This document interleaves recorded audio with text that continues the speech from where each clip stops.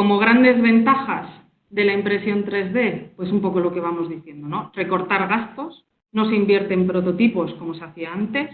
podemos obtener múltiples versiones de elementos y es accesible al público de una manera económica y al alcance de prácticamente cualquiera podemos tener una impresión 3D y reproducir lo que podamos. Pues pasamos del prototipado a la producción de componentes de productos, lo de las partes de aviones, etcétera. Tiene impacto no solo en los procesos de producción, sino en canales de distribución y recambios. Lo que digo, se va a pasar, o la tendencia podría ser, o lo que se está viendo es pasar de centros de producción limitados, determinados y muy localizados, a que al final se pase de tener esos centros, pero que no abarquen tanto amplio espectro, ¿no?, de la cadena de producción, y que ya el acabado final tenga lugar cerca del cliente, con pequeños núcleos donde se dé lugar la creación final del producto, sea más barato y esté más cercano al cliente.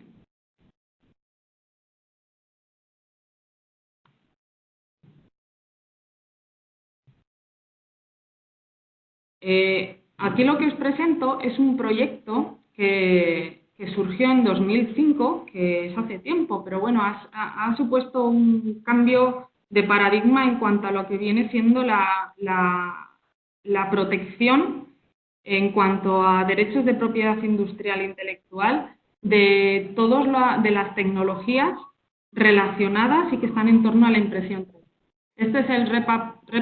Project, que surgió en la Universidad de Bath, en Reino Unido, donde ellos, lo que se hizo es un proyecto donde todos los archivos que se comparten ahí son libres y por los cuales el proyecto en sí mismo, el core del proyecto, era crear una impresora 3D que podía reproducirse a sí misma. No solo eso, podía reproducir otras cosas, pero bueno, a partir de ahí, de todos los archivos que se fueron compartiendo en un principio, cualquiera sería capaz de tener esta impresora en su casa, que podría reproducir otra y así infinitamente. Esto surgió en el tiempo en el que habían comenzado ya a expirar los derechos de las primeras patentes que se solicitaron. Si hablamos que las primeras de las que tenemos constancia relacionadas con impresión 3D, porque cuando se solicitaron entonces no existía un código en la clasificación de patentes que estuviera asociado a esta tecnología. Entonces, por las búsquedas que se pueden hacer, y vemos que fueron en los 80 las primeras que surgieron, en los 2000 empezaron a vencer estas patentes, pasaron los 20 años de protección que dan, entonces empieza a surgir, aunque se sigue protegiendo, pero de diferente manera, empiezan a surgir este tipo de proyectos open source, y este marcó un antes y un después, a través de los cuales pues se intercambian muchos archivos de manera abierta y está suponiendo o supuso a partir de entonces un cambio de paradigma de cómo se está protegiendo ahora, y un poco también las incertidumbres que hay ahora están también relacionadas con esto, en cuanto a cómo protegemos los archivos 3D de impresión de los que partimos al principio, qué entidad tienen para luego poder protegerlos, luego poder proteger o el archivo o el elemento que tú imprimes al final, la relación que hay entre ellos. Eso está todavía por determinar y es lo que vamos a ver más adelante, ¿vale?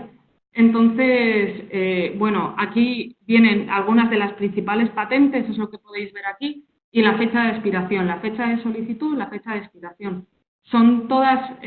norteamericanas, como podéis ver, y un poco hablar de esto, ¿no?, del cambio de paradigma que supuso esto, y han surgido muchos marketplaces donde podemos encontrar muchos archivos que luego nosotros podríamos imprimir en nuestras casas,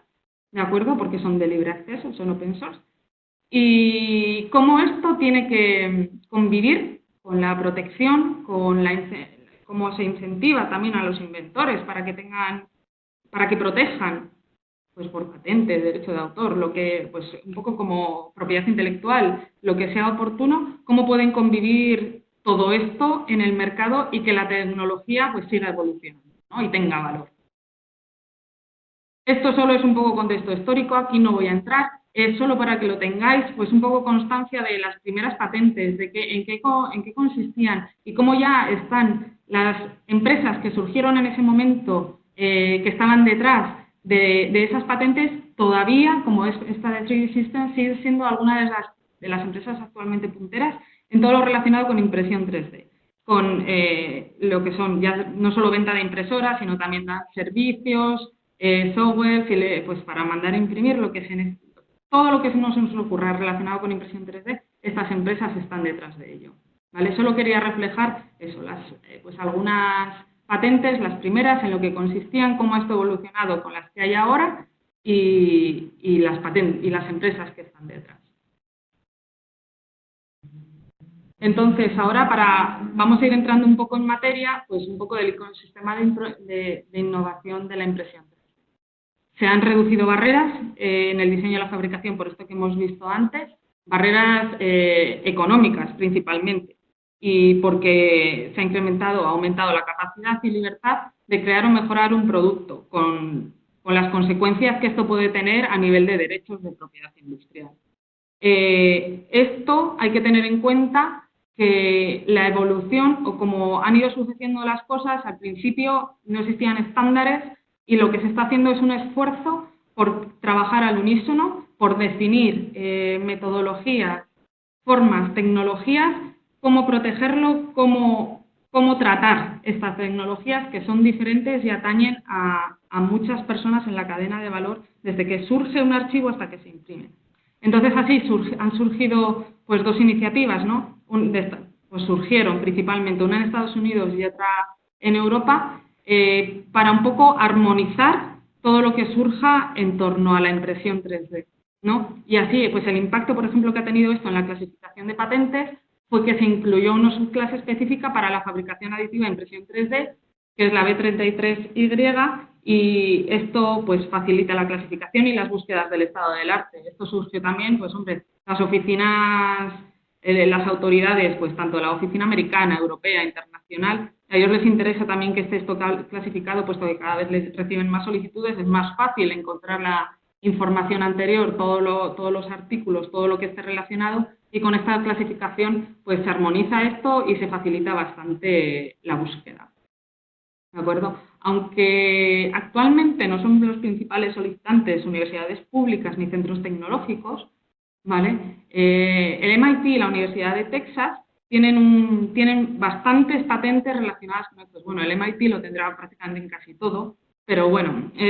aún así me merece la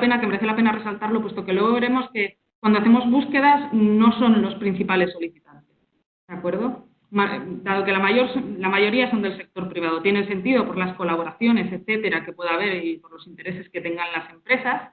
pero bueno, no deja de ser relevante, creo yo.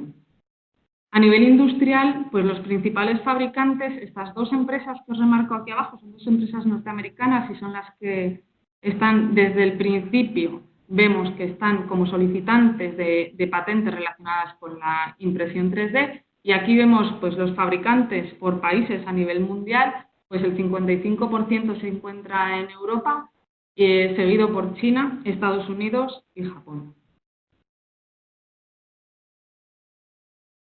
A nivel industrial, para proteger estos archivos, bueno, estos productos, ¿no?, relacionados con impresión 3D, pues bueno, lo que se hace en cualquier otro sector. La protección de la marca es esencial, necesitan distinguirse en el mercado de sus competidores, y las patentes, pues también reconocimiento, innovación y favorecer un poco el desarrollo de la tecnología.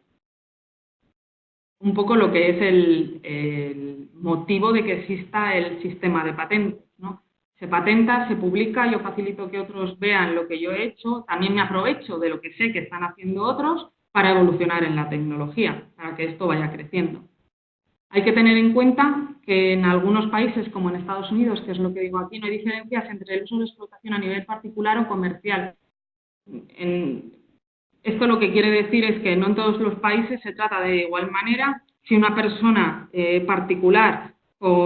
hace un uso no comercial y llega a un desarrollo de una tecnología que estaba anteriormente patentada por una empresa, eso se entiende que en algunos países se entiende que no está hecho de mala fe y si el consumo va a ser al final interno para su propio beneficio, aunque se emprendan acciones legales o lo intente una empresa contra esta persona, no va a llegar a más, porque se entiende que no va a impedir la comercialización o el uso que está haciendo esa empresa de esa patente, no le va a entorpecer sus ventas de ninguna manera. Pero no en todos los países es igual, ¿de acuerdo? Así vemos que el ecosistema de innovación dentro del entorno de particulares, ¿vale? No de empresas, no industrial, ha surgido y está formado principalmente pues, por fanáticos del open source, pues gente que comparte y usa este tipo de archivos, software, etcétera, programadores, proveedores y usuarios innovadores, pues bueno, que es la gente, pues desde que sabe que BQ ha vendido la primera impresora 3D para particulares, lo compra y lo tiene.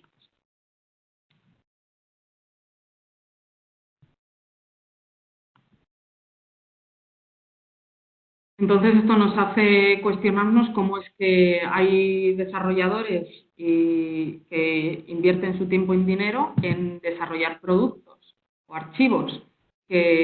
para los cuales que los comparten libremente y no esperan obtener ningún retorno económico, ¿no?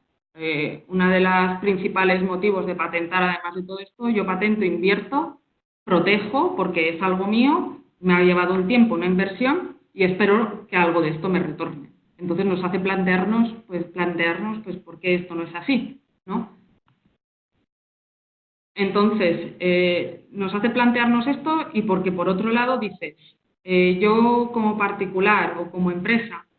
me voy a poner a denunciar, ¿no? Que es también lo que se plantean, cómo voy a controlar y cómo voy a identificar a todas estas personas que pueden haber, aunque sea un archivo descargado, que se lo han descargado de manera legal o que lo han comprado, lo han adquirido, luego lo han modificado o lo han copiado, cómo voy a controlar todo eso? Y luego voy a denunciar a todo el mundo que identifique. Es un poco inabarcable, por tiempo y por dinero. Entonces, lo que tenemos que tener en cuenta también es que no siempre cualquier uso de una invención es suficiente como para constituir un acto de infracción, ¿de acuerdo? Y pues piezas de reparación, etcétera. Esto me viene a la mente, hace poco estuve en un evento en el cual, pues, bueno, estaba HP y tienen un acuerdo de colaboración con IKEA relacionado con impresión 3D, pues para todo tipo de piezas, etcétera, que al final, pues eso, en IKEA, pues tornillos y acoples, etcétera,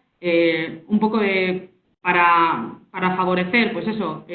los desarrollos de cómo hago esto yo, un archivo 3D, y para que al final, pues un usuario lo pueda descargar, lo pueda comprar, se lo pueda hacer, lo pueda fabricar, etcétera.